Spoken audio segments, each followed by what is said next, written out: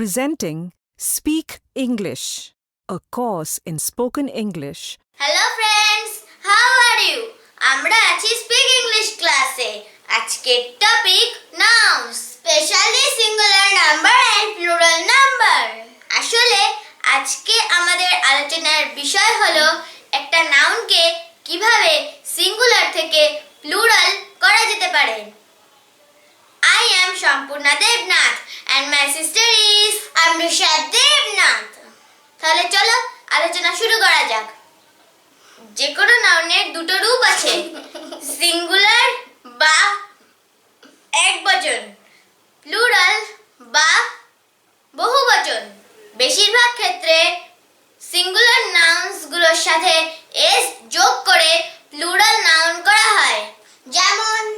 যেমন বয়, বয়েস, pen, pens, বুক, books. সবাইয়ের ক্ষেত্রে কি এ যুক্ত করে প্লুরাল করা হবে? না, এর নিয়ম আছে, অনেক নিয়ম আছে। কি কি নিয়ম?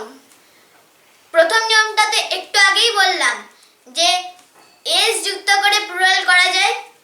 2 নম্বর নিয়ম হচ্ছে এস, এসএইচ, সিএইচ বা এক্স থাকলে ইএস যোগ হয়।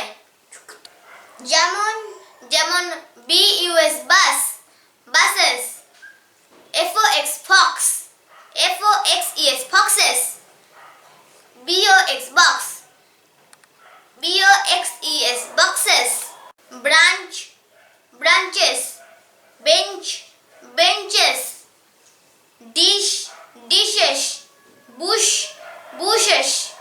এই প্রত্যেকটার ক্ষেত্রে ইএস যোগ করে প্লুরাল করা হলো। আর কোনো নিয়ম নেই? হ্যাঁ আছে তো। 3 নম্বর নিয়ম হলো কোনো ওয়ার্ডের শেষে ওয়াই থাকলে তার আগে ভাওয়েল থাকলে এস হবে। যেমন বয়, BOY boy, boys. Toy, TOY toy, TOYS toys. DAYJ, DAYS days. MONKEY monkey, MONKEYS monkeys।